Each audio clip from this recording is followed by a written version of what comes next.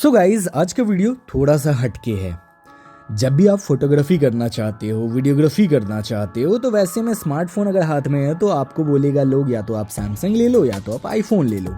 लेकिन वहीं पे अगर आप प्रोफेशनल काम करना चाहते हो तो कोई भी प्रोफेशनल काम करने वाला बंदा सैमसंग और आईफोन लेके नहीं घूमेगा, वो फिर प्रोफेशनल कैमरा ही ढूंढेगा।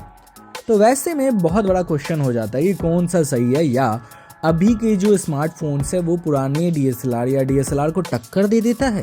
तो ऐसे में चलिए आज स्टार्ट करते हैं। एक तरफ आप देख सकते हो आपका सैमसंग का फ्लैगशिप बीस्ट देखने मिलता है S23 अल्ट्रा, जिसमें 200 मेगापिक्सल का कैमरा है, AI मैजिक है, 8K वीडियो रिकॉर्डिंग कर सकते हो। एंड वहीं पे दूसरी तरफ एक प्रोफेशनल डीएसएलआर है जो कि एक ज़माने में बीस्ट होता था एंड सारे फोटोग्राफर्स का सबसे पहला चॉइस होता था, इवन मेरा भी।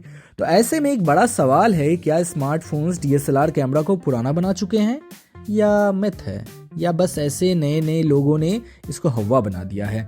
सो आज के दुनिया में हर दूसरा बंदा सोचता है कि उनका स्मार्टफोन डीएसएलआर को टक्कर दे सकता है। लोग बोलते हैं डीएसएलआर जैसा फोटो खींचता है, क्योंकि भाई 200 मेगापिक्सल सुना है ना। लेकिन दूसरी तरफ डीएसएलआर का हार्डकोर फैन कहते हैं ऑप्टिक्स और मैनुअल कंट्रोल का मजा स्मार्टफोन कभी नहीं दे सकता है। प्रो करने जाओगे ना, कैमरा में प्रो मोड होता है ना, करने जाओगे ना हालत खराब हो जाएगा।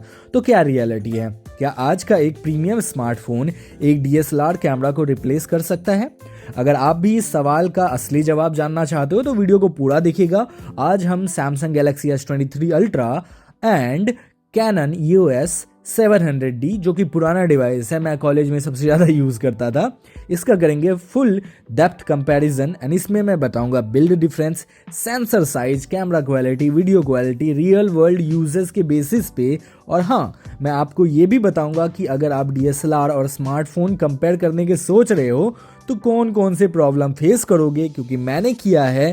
तो बिना टाइम वेस्ट किए चलिए शुरू करते हैं। स्टार्ट करूंगा मैं बिल्ड क्वालिटी से एंड डिज़ाइन से।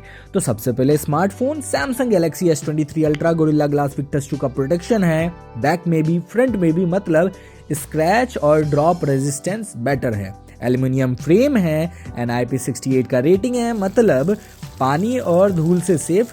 लेकिन डीएसएलआर का ऐसा कुछ नहीं है।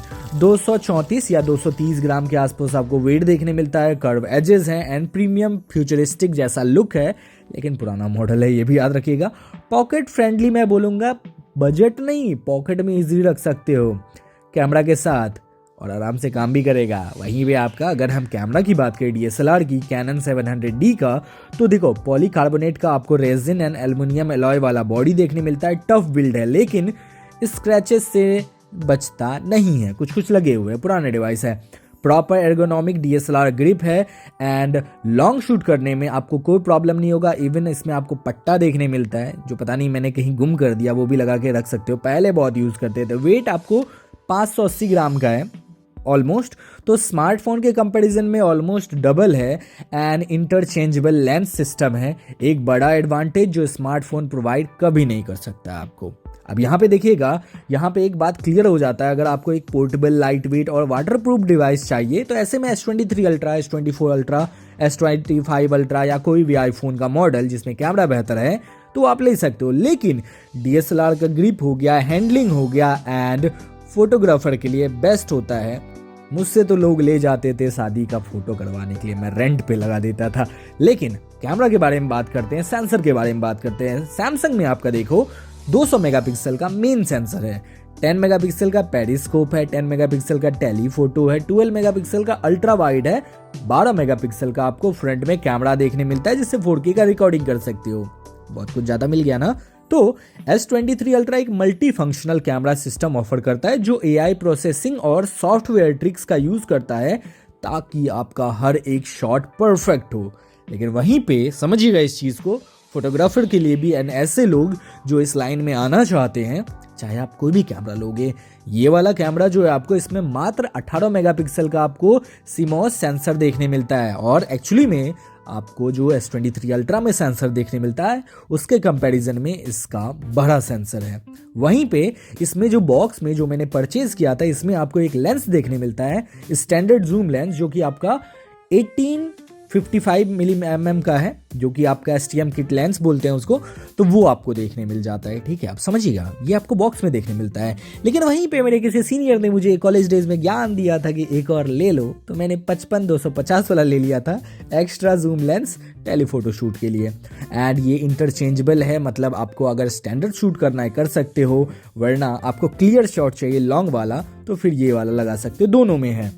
और ISO रेंज जो है आपको 100 से 12,800 तक देखने मिलता है। और एक और बात मैं बता देता हूँ, अगर आप वाइल्ड लाइफ फोटोग्राफी करते हो या टेलीफोटो लेना पसंद करते हो, या दूर में चिड़िया है, उड़ना नहीं है लेकिन क्लिक करना है, तो आपके लिए लॉन्ग शॉट के लिए वो लेना फायदेमंद होगा। तो मैंने एक्स्ट्रा ले लिया था, कभी कभी यूज़ करते थे। तो ऐसे में आपको क्या समझ में आया, समझिएगा इश्यूज आपको क्या क्या देखने मिलता है। आपको अगर कैमरा लेना है तो आपको प्रॉपर कैमरा लेना होगा, मोबाइल टक्कर नहीं दे सकता है। लेकिन 2-3 चीज़ें आपको समझो इस DSLR के कंपैरिजन में, क्योंकि ये मेरा इकलौता है, इसके अलावा मैंने कभी परचेस किया नहीं। अगर आप DSLR और स्मार्टफोन कंपेयर कर रहे हो तो ये प्रॉब्लम और डिफरेंस ध्यान रखना जरूरी है। पहला पॉइंट, आपको अगर मैं बात करूँ, टेक्नोलॉजी का गैप आपको देखने मिलेगा। DSLR जो है पूरा आपको ऑप्टिक्स पे डिपेंड करता है, जबकि स्मार्टफोन AI पे भी काम कर जाता है, आपका फोटोग्राफी यूज़ करता है। एंड दूसरा, पोर्टेबल प्रॉब्लम हो सकता है। DSLR बड़ा है, हर जगह पॉकेट में लेके नहीं जा सकते हो, बल्कि होता है। एंड आपका स्मार्टफोन तो आपको पता ही है, पॉकेट के ले में कहीं भी चलो, मौजा में घुसा लो। उसके बाद आपका देखो मैनुअल कंट्रोल वर्सेस AI।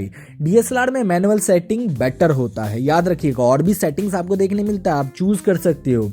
लेकिन स्मार्टफोन में क्या होता है ना, आपका AI powered image processing better लगता है।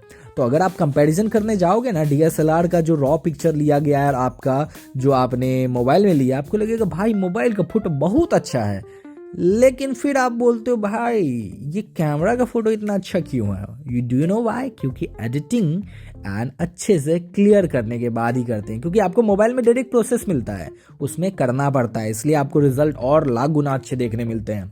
सो मैं आपसे भी पूछना चाहूँगा, आपके घर में कोई फंक्शन होगा तो मोबाइल में लोगे या DSLR वाले को बुलाओगे, प्रोफेशनल को बुलाओगे? जवाब आपको भी पता है।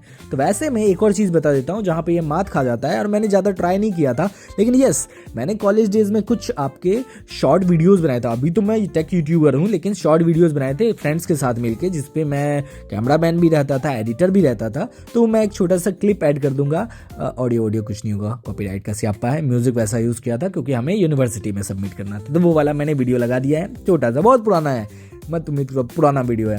सो वीडियो कैपेबिलिटी की बात करें तो S23 अल्ट्रा में आपको 8K में आप वीडियो रिकॉर्डिंग कर सकते हो, लेकिन कैनन 700D में आपका 1080p 30 fps तक लिमिटेड है। तो अगर आप सीरियस प्रोफेशनल फोटोग्राफी करना चाहते हो तो मैंने आपको जवाब दे दिया, DSLR का लेवल ऑलवेज अलग रहेगा, लेकिन आपको एक ऑल इन वन डिवाइस चाहिए तो फिर S23 अल्ट्रा बेस्ट है। समझ में आया? ये चीज़ समझ जाइएगा, कोई भी किसी भी चीज़ के साथ कंपैरिजन नहीं कर सकते हो। अब देखो इमेज क्वालिटी की बात करें, S23 अल्ट्रा के इमेजेस ज़्यादा शार्प एंड वाइब्रेंट लगते हैं, जो आप स्क्रीन पे देख सकते हो। सेम ही टाइप से मैंने पिक्चर लिया है क्योंकि इसमें AI प्रोसेसिंग काम करता है। वहीं पे कैनन आपको नेचुरल कलर्स देता है, ट्रू टू लाइफ देता है, एंड इमेजेस आपको नेचुरल ही मिलेगा। लेकिन लेकिन लेकिन आपका लो लाइट में DSLR बेटर परफॉर्म करता है, बिकॉज इसका सेंसर का साइज बड़ा है। वहीं पे वीडियो क्वालिटी की बात करूं, आपका 8K, मैं तो 4K 60 fps में स्टेबलाइजेशन अच्छा देखने मिल जाता है, लेकिन कैनन में आपका 1080p है, 30 fps है, स्टेबलाइजेशन भी वीक है। एंड समझ गया ना, दोनों में डिफरेंस आपको देखने मिलेगा।